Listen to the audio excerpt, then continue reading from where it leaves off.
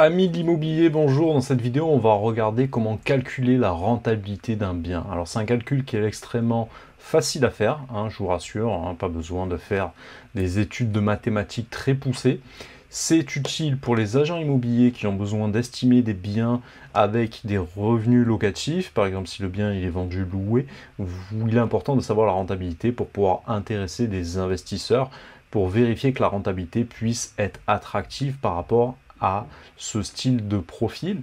Et également, si vous êtes investisseur locatif, si vous voulez faire même du marchand et que vous avez une découpe sur un de vos biens et que vous souhaitez garder un de ces biens, il est important de savoir, de calculer la rentabilité pour savoir à quel prix vous pouvez proposer ce bien-là. Donc, je vais vous montrer différents styles de calcul. On va d'abord commencer par la rentabilité brute. Alors, comment est-ce qu'on fait pour calculer la rentabilité brute d'un bien? Il faut prendre ses revenus locatifs.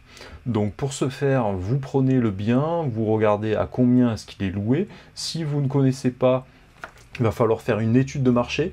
Donc pour ce faire, moi j'aime bien aller sur le site bien ici, qui est assez bien fait puisqu'il permet de regrouper toutes les annonces des professionnels. C'est assez utilisé en location, mais également au niveau de la vente. Et vous allez pouvoir vraiment regarder sur un secteur bien spécifique quels sont les biens à proximité et à combien est-ce qu'ils sont loués. Par exemple, je vais mettre une ville, pour ma part je vais taper Marseille et vous allez voir que en tapant Marseille, vous avez la possibilité de voir sur une carte de manière ultra géolocalisée autour de l'adresse du bien à combien est-ce qu'on peut retrouver des biens, et vous pouvez évidemment les classer par style de bien, T2, T3, maison, appartement, etc. Donc grâce à ça, vous allez vérifier que, par exemple, le prix du revenu locatif est cohérent par rapport au marché, parce que c'est une recherche qui est faite évidemment par les locataires, c'est les gens qui cherchent des biens à la location. Ils vont regarder autour de chez eux, autour du bien, du secteur qu'ils définissent, est-ce qu'il y a des biens qui sont plus ou moins attractifs, etc. Donc les gens comparent, donc forcément, vous devez vous mettre dans la peau, vous aussi, de la personne qui recherche pour regarder. Une fois que vous avez défini que, par exemple, le bien moyen est cohérent, par exemple, on va dire que le bien va se louer à 600 €, on va faire un calcul tout simple pour la rentabilité brute, on va faire 600 € fois 12 pour avoir le revenu vraiment annuel. Donc 600 fois 12 et on va le diviser par le prix d'achat, le prix de vente. Donc admettons que c'est 140 000 €, on fait 600 fois 12 divisé par 140 000.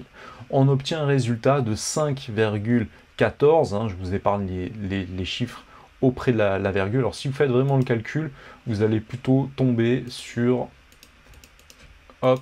0,0514, etc. Donc il va falloir multiplier ce chiffre par 100. Et c'est là où vous allez tomber sur 5,14. Donc la rentabilité du bien sera d'environ un peu plus de 5%. La rentabilité, ça dépend vraiment des secteurs. C'est-à-dire sur Marseille, en fonction des secteurs, on va rechercher une rentabilité d'environ 6-7%, mais c'est vrai que actuellement on est sur un marché très tendu, donc on peut se contenter d'une rentabilité un petit peu inférieure. Mais évidemment, ça c'est à mettre en corrélation avec le secteur sur lequel vous travaillez. Si vous êtes dans une zone rurale, le chiffre va être totalement différent parce que le prix de vente ne sera pas du tout le même. Le prix au loyer est plus ou moins plafonné, il faut pas, voilà, il est rare de voir des biens, des maisons qui puissent se louer 5-6 000 €. Évidemment, il faut au moins avoir 3 fois les revenus pour pouvoir prétendre à la location d'un bien. Donc forcément, la location est plafonnée au bout d'un moment. Et c'est pour ça que les investisseurs privilégient plutôt les petites surfaces, parce que les achats, les prix des achats sont moindres. Et de ce fait, vu que les loyers sont plafonnés, malgré tout, on a une meilleure rentabilité. Plus le bien est grand, plus au bout d'un moment, ce prix va être un peu plafonné au niveau de sa fourchette. Donc, 600 € x 12 divisé par 140 000 multiplié par 100. Et on obtient ce résultat. Pour le calcul de rentabilité nette, on va rajouter les frais inhérents à la location du bien. Donc on va retirer par exemple les charges de location, les charges de copropriété. Il faut retenir que le locataire, une fois qu'il est en place, il paye 2/3 des charges et le propriétaire, il lui reste à sa charge uniquement 1/3 de ces charges-là. Donc par exemple, si je prends le même calcul, on va faire 600 multiplié par 12. Admettons qu'il y ait 800 euros de charge. On va retirer 800 euros à ce calcul. On va tomber sur 6400 et on va diviser par le prix de vente. Donc encore une fois, par exemple, 140 000 euros. Voilà, on va tomber sur 0,45 et on va multiplier encore une fois ce chiffre par 100. Voilà, donc on obtient une rentabilité nette de 4,57%. Alors, on peut faire une différence, il y en a qui appellent un système de rentabilité net. C'est un peu une autre catégorie, en fait, il n'y a personne qui calcule de la même manière. Et dans ce cas-là, net, on va mettre vraiment tous les frais inhérents, c'est-à-dire la taxe foncière, les charges de copropriété et les éventuelles assurances. Donc même s'il y a des frais par exemple de gestion, si vous confiez à un gestionnaire la location de votre bien, vous pouvez déduire également ces frais. Et là évidemment on sera plus proche des 3,5 ou des 4%, ça dépend vraiment des tarifs de chacun. Donc ça c'est un calcul qui est vraiment très simple à faire. Je vous en donne un autre qui est top secret, hein, c'est un petit peu celui que j'utilise parce qu'il permet de vulgariser les choses et de se faire une idée très facilement des choses. Par exemple, admettons qu'il y a un loyer de 700 euros. Au lieu de faire 700 x 12, je vais faire 700 x 11. Et voilà, on obtient 7700. Alors pourquoi je fais x 11? Parce que je considère que, d'une certaine manière, un mois de loyer équivaut à peu près aux charges inhérentes sur l'ensemble de l'année. Donc il y a un mois par exemple 700 euros que je retire de ce calcul, qui peut par exemple payer la taxe foncière, qui peut être de 450 euros, 500 euros, ça dépend vraiment des départements et des communes, et également des charges de copropriété. Sur Marseille, elles sont assez élevées, dans d'autres zones, c'est un peu mieux géré, et elles seront beaucoup moins élevées. Donc je fais ce chiffre x 11, et je divise encore une fois, par exemple, par 160 000 euros, le prix de vente.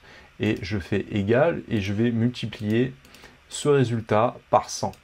Donc ça nous fait un résultat de rentabilité de 4,8%.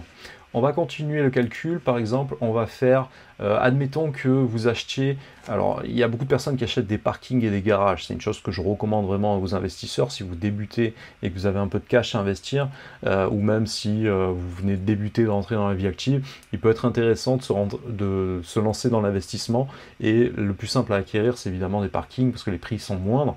On va dire qu'une place de parking, c'est entre 15 et 20 000 euros. Un box, ça peut être de 20-25 000 euros, ça dépend évidemment des régions.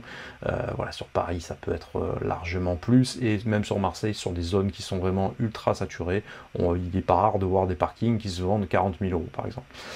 Donc bref, on va dire que ça se loue aux alentours de 100 euros par mois. Moi personnellement, ce que je loue, c'est environ 100 euros par mois. Je vais multiplier par 12. Allez, on va faire x 11 par exemple, hein, pour mon calcul. Donc 100 x 11 divisé par 20 000 euros. Ça nous fait 0,055. On va multiplier ce chiffre par 100. Et on va arriver à 5,5% de rentabilité.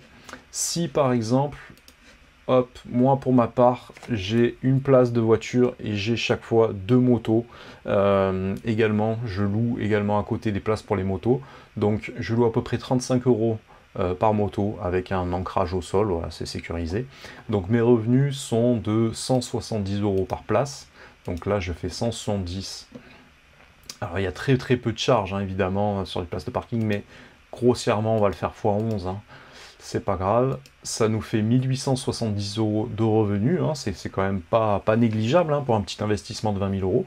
On va diviser évidemment par le prix d'achat, 20 000 euros, on va multiplier par 100, et là, de 0,0935, on va tomber sur 9,35% de rentabilité. Donc on est proche de 10% de rentabilité, ça reste un quartier, moi personnellement, assez bourgeois, donc ça se loue vraiment très rapidement. Les profils sont de très bonne qualité, et on est quand même proche des 10%. Donc vous voyez que c'est quand même quelque chose d'intéressant. Donc amusez-vous à faire ce petit calcul par rapport à votre résidence principale, par rapport à un bien que vous souhaitez acheter, et essayez de faire ce calcul de rendement. Évidemment, tous les biens ne se prêtent pas forcément tous à l'investissement. Il y en a qui sont vraiment dédiés à l'habitation. Donc forcément, il ne faut pas s'attendre à des calculs de renta qui soient monstrueux. Amusez-vous également à calculer, de savoir votre bien actuellement, combien est-ce qu'il pourrait se louer en location. Si vous êtes proche de la fin de votre crédit, ça vaut le coup de se poser la question si justement est-ce qu'il vaut mieux immobiliser ce bien, le garder vraiment dans son patrimoine, quitte à le mettre en location pendant X années, ça va vous faire des revenus qui vont permettre de racheter derrière, ou est-ce qu'il vaut mieux vendre carrément ce bien. Vous pouvez également dans certaines situations, alors ça à étudier évidemment avec un comptable, avec votre banquier, mais vous pouvez vendre votre résidence principale en créant une SCI. Donc vous vendez votre bien à votre SCI, à partir du moment où vous avez presque fini votre crédit, ça ne devrait pas poser de problème. Et donc de ce fait, vous récupérez de la liquidité, vous immobilisez ce bien, la SCI va vous permettre de avoir des avantages au niveau des successions, par exemple. C'est beaucoup plus simple de céder des parts de cette SCI pour, par exemple, mettre à l'intérieur de la SCI vos enfants, hein, pour transmettre de cette manière-là, c'est beaucoup plus simple. Et donc, vous pouvez récupérer de la liquidité pour réinvestir derrière ou pour faire d'autres opérations, soit en marchand de biens, soit faire de nouveaux investissements locatifs, soit immobiliser de l'argent au sein de votre banque et de ce fait faire des investissements financiers ou autres. Donc ça peut être une bonne stratégie. Donc je vous invite à calculer, faites quelques calculs par rapport à votre résidence principale, essayez de vous projeter par rapport à la location, calculez votre rendement locatif. Parfois si vous avez une belle résidence principale, parfois il vaut mieux quand même la vendre et à racheter des biens qui sont plus adaptés à l'investissement. Donc pourquoi pas acheter 4-5 studios en vendant votre bien, ou bien plutôt acheter 2 T2 qui seront plus faciles pour la location. Les petites surfaces sont plus faciles à louer, ça correspond à la cible principale, ou si c'est des studios, essayez de vous mettre proche de facultés pour viser vraiment un public étudiant et avoir un certain turnover qui reste malgré tout de qualité. Donc j'espère que ces calculs de rentabilité auront clarifié toutes ces notions. Vous savez maintenant comment calculer une rentabilité brute, vous savez comment calculer une rentabilité nette en rajoutant tous les frais qui sont inhérents à la mise en location, et également les calculs net et mon calcul perso qui permet vraiment de très facilement avoir une idée globale des choses en faisant un x11 pour voilà, essayer de faire sortir une rentabilité en 3 calculs avec votre iPhone. Lorsque vous êtes devant un client, c'est beaucoup plus simple, parce que parfois ils n'ont pas les taxes foncières, ils n'ont pas les charges, et très rapidement, boum, vous faites votre calcul, vous avez une idée si c'est pertinent d'adapter un certain discours par rapport au fait que c'est un bien qui peut être propice à des investisseurs ou pas du tout, et est-ce qu'on balaye l'idée et on passe vraiment à autre chose et on se concentre vraiment sur de l'habitation. Donc je vous invite à mettre tout ça en pratique. Dites-moi ce que vous en pensez au niveau des commentaires, et dites-moi dans les commentaires quelle est la rentabilité de votre bien, ça m'intéresse beaucoup. Je vous souhaite une excellente journée, c'était la vidéo quotidienne, et je vous donne rendez-vous demain pour une prochaine vidéo qui parle bien évidemment exclusivement d'immobilier. À bientôt les amis.